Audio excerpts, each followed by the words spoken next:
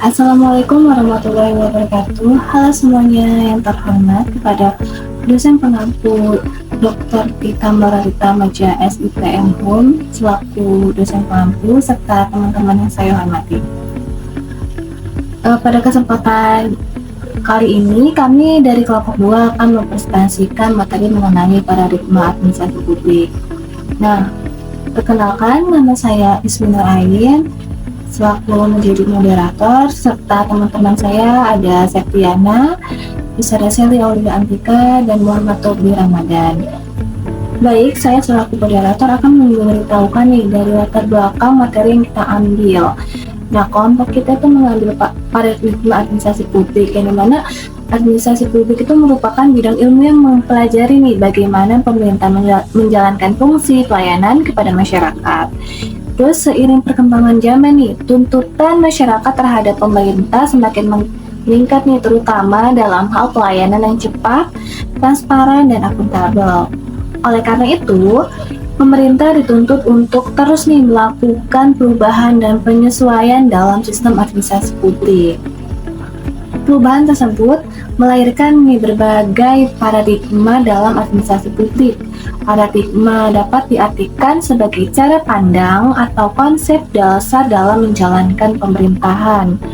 Dalam administrasi publik, paradigma menjadi pedoman nih untuk menentukan bagaimana sih pemerintah seharusnya bekerja, apakah lebih berperan sebagai pengendali, pengelola yang efisien, atau sebagai fasilitator bagi masyarakat. Dari waktu ke waktu, paradigma administrasi publik mengalami perkembangan. Awalnya, sistem pemerintahan cenderung bersifat birokratis dan tertutup. Namun, seiring perkembangan zaman, demokrasi dan teknologi administrasi publik berubah menjadi lebih terbuka, partisipasif, dan berorientasi pada pelayanan masyarakat. Oke, adapun rumusan masalah dari pembahasan ini, yang pertama adalah apa yang dimaksud dengan paradigma administrasi publik. Kedua, apa saja jenis-jenis paradigma dalam administrasi publik.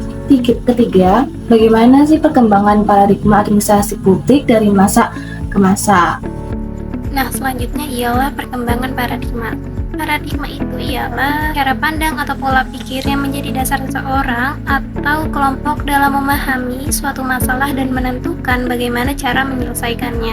Dalam administrasi negara terdapat 5 perkembangan paradigma. Yang pertama ialah Old Public Administration atau OPA. Kedua, New Public Management atau NPM.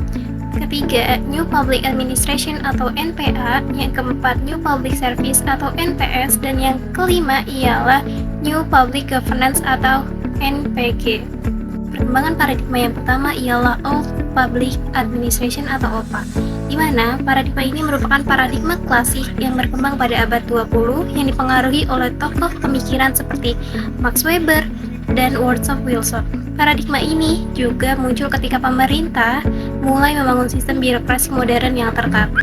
Ciri-cirinya ialah menekankan pada birokrasi yang terstruktur dan hierarkis. Organisasi pemerintah disusun secara berlapis dari atas ke bawah atau top to bottom dengan pembagian tugas yang jelas. Lalu yang kedua ialah berorientasi pada aturan dan prosedur, di mana semua kegiatan harus mengikuti prosedur dan regulasi yang ketat. Nah, yang ketiga ialah pemerintah sebagai pelaksana utama. Setelah negara memiliki peran dominan dalam menyediakan layanan publik. Lalu selanjutnya ialah kelemahan. Apa sih kelemahannya? Nah, kelemahan OPA ini ialah kurangnya fleksibilitas terhadap perubahan zaman, proses birokrasi sering lambat dan berbelit, kurang responsif terhadap kebutuhan masyarakat, dan cenderung kaku dan tidak inovatif. Lalu, apa sih kelebihan OPA ini? Ialah memberikan stabilitas dan keteraturan dalam pemerintahan. Tugas dan wewenangnya jelas sehingga minimalisir penyalahgunaan. Selanjutnya ialah cocok untuk koordinasi awal pembangunan negara. Selanjutnya ialah paradigma New Public Management atau NPM. Paradigma ini muncul sebagai respon terhadap kelemahan OPA karena OPA dinilai terlalu kaku dan tidak efisien. Paradigma ini juga dipengaruhi oleh manajemen sektor swasta dan berkembang pusat di berbagai negara seperti Inggris dan Selandia Baru. Ciri-ciri NPM ini ialah mengadopsi prinsip manajemen sektor swasta seperti efisiensi, produktivitas, dan orientasi pada hasil. Kemudian fokusnya pada efisiensi dan hasil atau output. Ketiga ialah adanya kompetensi dalam pelayanan publik. Selanjutnya ialah kelebihan NPM, ialah lebih efisien dan hemat biaya, mendorong inovasi dalam pelayanan publik, pelayanan menjadi lebih cepat dan responsif, dan adanya sistem evolusi kerja yang jelas. Di balik itu, ada juga kelemahan dari NPM ini, yaitu terlalu fokus pada keuntungan dan efisiensi, berpotensi mengabaikan keadilan sosial, bisa menimbulkan ketimpangan layanan, dan tidak semua layanan bisa diprivatisasi. Yang ketiga ada New Public Administration atau NPA. New Public Administration atau NPA adalah paradigma administrasi publik yang menekankan kepada keadilan sosial, kepentingan masyarakat, dan perubahan sosial. Paradigma ini tuh muncul karena administrasi publik lama atau dianggap terlalu birokratis dan kurang memperhatikan masyarakatnya. Ciri-ciri NPA yang pertama keadilan sosial, yang dimana pemerintah itu lebih fokus pada pemerataan kesejahteraan dan mengurangi ketimpangan sosial. Responsif terhadap masyarakat, pemerintah harus cepat menanggapi kebutuhan dan masalah masyarakat. Yang ketiga partisipasif, masyarakat itu diberi kesempatan ikut dalam proses pengambilan keputusan. Yang terakhir ada fleksibel, administrasi publik harus mampu menyesuaikan diri dengan perkembangan zaman atau perubahan sosial. Kelebihan NPA itu yang pertama lebih berpihak kepada masyarakat. Jadi, kebijakan pemerintah itu dibuat berdasarkan kebutuhan rakyat.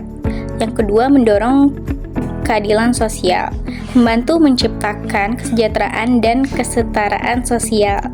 Dan yang terakhir, adaptif terhadap perubahan. Pemerintah lebih mudah dan menyesuaikan kebijakan dengan perkembangan masyarakat dan teknologi. Yang keempat ada New Public Service atau NPS. New Public Service atau NPS adalah paradigma administrasi publik yang dimana menempatkan masyarakat itu sebagai warga negara, bukan pelanggan. Jadi paradigma ini tuh menekankan bahwa pemerintah harus melayani masyarakat dan mendorong partisipasi publik.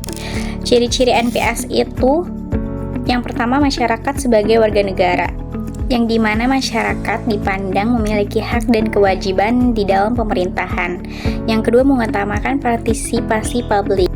Pemerintah harus melibatkan masyarakat dalam pembuatan kebijakan. Dan yang ketiga pemerintah sebagai pelayan masyarakat. Jadi aparatur negara itu berfokus memberikan pelayanan yang terbaik kepada masyarakat. Kelebihan NPS yang pertama meningkatkan hubungan pemerintah dan masyarakat. Jadi terjalin komunikasi dan kerjasama yang lebih baik antara pemerintah dengan masyarakat. Yang kedua mendorong demokrasi. Masyarakat itu dapat ikut menyampaikan pendapat di dalam pemerintahan ini. Dan yang terakhir pelayanan publik jadi lebih baik. Pelayanan menjadi lebih adil, manusiawi, dan sesuai dengan kebutuhan masyarakat. Yang terakhir ada New Public Governance atau Good Governance. New Public Governance atau Good Governance ini adalah paradigma administrasi publik yang menekankan kerjasama antara pemerintah, sektor swasta, dan masyarakat dalam menjalankan pemerintahan agar lebih transparan, efektif, dan akuntabel. Ciri-ciri NPG atau Good Governance ini yang pertama transparansi. Jadi pemerintahan itu lebih terbuka dalam memberikan informasi kepada masyarakat. Yang kedua akuntabilitas. Semua kebijakan dan tindakan pemerintah harus dapat dipertanggungjawabkan. Yang ketiga partisipasi. Jadi masyarakat itu harus ikut berperan di dalam proses pemerintahan ini. Dan yang terakhir kolaborasi. Pemerintah bekerja sama dengan sektor swasta dan masyarakat untuk mencapai tujuan bersama. Selanjutnya, kelebihan NPG. Yang pertama, meningkatkan kepercayaan masyarakat. Pemerintah yang terbuka membuat masyarakat lebih percaya kepada pemerintahan. Yang kedua, kerjasama lebih efektif. Jadi, kolaborasi antar pihak membantu menyelesaikan masalah dengan lebih cepat. Dan yang terakhir itu pelayanan publik lebih transparan dan efisien. Yang dimana pelayanan itu menjadi lebih baik karena adanya pengawasan dan kerjasama dari berbagai pihak, seperti pihak pemerintahan, sektor swasta, atau masyarakat. Paradigma ini dianggap yang paling relevan dengan kondisi pemerintahan modern pada saat ini, terutama dalam menghadapi perkembangan teknologi, tuntutan masyarakat, dan kebutuhan pelayanan publik yang cepat serta transparan. Untuk materi selanjutnya yang akan dibahas adalah mengenai tentang penerapan paradigma dalam administrasi publik. Penerapan paradigma dalam administrasi publik ini terjadi karena adanya pergeseran dari sistem pemerintahan yang tadinya bersifat kaku, berbelit-belit, dan tertutup menjadi sistem pemerintahan yang efektif, efisien, dan transparan serta memanfaatkan teknologi. Dalam praktiknya, paradigma administrasi publik dapat dilihat dari 3 aspek. Aspek yang pertama adalah pelayanan publik yang berbasis digital atau e-government. Jadi pemerintah sudah mulai memanfaatkan teknologi digital untuk meningkatkan kualitas layanannya pada masyarakat. Contohnya seperti sekarang, pembuatan KTP sudah bisa online, terus membayar pajak, apapun juga sekarang sudah bisa online. Selanjutnya adalah keterbukaan informasi dan pelibatan masyarakat dalam pengambilan keputusan. Jadi dulu dianalogikan itu seperti ini, masyarakat hanya sebagai penonton, tapi sekarang itu masyarakat sudah berperan sebagai pemain. Jadi masyarakat itu sudah dilibatkan secara langsung dalam proses pemerintahan. Masyarakat juga diizinkan untuk berpartisipasi dalam proses pengambilan keputusan melalui kegiatan musrenbang. Untuk aspek yang terakhir atau yang ketiga adalah pengawasan publik terhadap kebijakan pemerintah. Dengan adanya transparansi atau keterbukaan, masyarakat jadi bisa mengawasi jalannya pemerintahan. Terus juga masyarakat bisa mengkritik pemerintahan yang ada lewat kritik di media sosial ataupun dalam partisipasi di forum publik lainnya. Hal ini penting untuk mencegah penyalahgunaan kekuasaan dalam proses pemerintahan dan juga meningkatkan akuntabilitas pemerintah pada masyarakat. Jadi intinya itu pemerintah sekarang gak bekerja sendiri, tapi juga melibatkan masyarakat dalam proses pemerintahan dan didukung oleh teknologi yang mumpuni. Berikut adalah masalah-masalah yang dihadapi dalam proses penerapan paradigma dalam administrasi publik. Yang pertama adalah birokrasi yang sifatnya masih kaku. Jadi struktur birokrasinya itu masih bersifat terlalu hierarkis dan lambat dalam mengambil putusan. Nah, hal ini menyebabkan pelayanan publik tidak terlalu responsif dalam melayani masyarakat. Permasalahan berikutnya adalah kurangnya transparansi. Akibatnya masyarakat jadi nggak bisa mengawasi dan menilai kinerja pemerintah. Untuk permasalahan selanjutnya, yang ketiga adalah rendahnya partisipasi masyarakat. Jadi banyak masyarakat yang terlalu apatis dan tidak dilibatkan secara maksimal dalam proses pemerintahan. Hal ini terjadi karena kurangnya sosialisasi atau kepercayaan publik terhadap pemerintah. Permasalahan yang keempat atau yang terakhir adalah kualitas SDM, sumber daya manusia yang belum merata. Untuk materi selanjutnya adalah solusi untuk menyelesaikan permasalahan yang terjadi. Solusi yang pertama itu adalah reformasi birokrasi. Dilakukan dengan menyederhanakan prosedur, mempercepat pelayanan, dan mengubah pola pikir aparatur yang tadinya dilayani menjadi melayani. Solusi selanjutnya yang kedua adalah peningkatan kualitas SDM aparatur, misalnya melalui pelatihan, pendidikan, dan pengembangan kompetensi, terutama dalam bidang teknologi dan pelayanan publik. Untuk solusi selanjutnya atau yang ketiga adalah pemanfaatan teknologi informasi. Digitalisasi layanan harus diperluas agar pelayanan kepada masyarakat lebih transparan, cepat, dan mudah diakses oleh masyarakat. Dan untuk solusi yang keempat atau yang terakhir adalah meningkatkan partisipasi masyarakat. Pemerintah perlu membuka ruang untuk berpartisipasi bagi masyarakat, misalnya forum diskusi publik, survei kebijakan, atau platform pengaduan yang aktif dan menindaklanjuti laporan masyarakat. Melalui pembahasan ini, diharapkan kita dapat memahami pentingnya paradigma administrasi publik dalam menciptakan pemerintahan yang efektif, transparan, dan mampu nih memberikan pelayanan terbaik untuk masyarakat.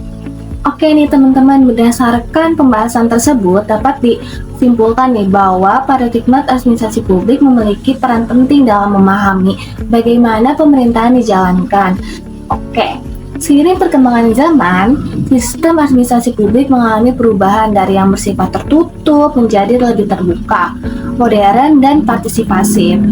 Dengan penerapan paradigma administrasi publik yang tepat, diharapkan pemerintah dapat memberikan pelayanan yang lebih efektif, terus transparan, dan mampu memenuhi kebutuhan masyarakat secara optimal.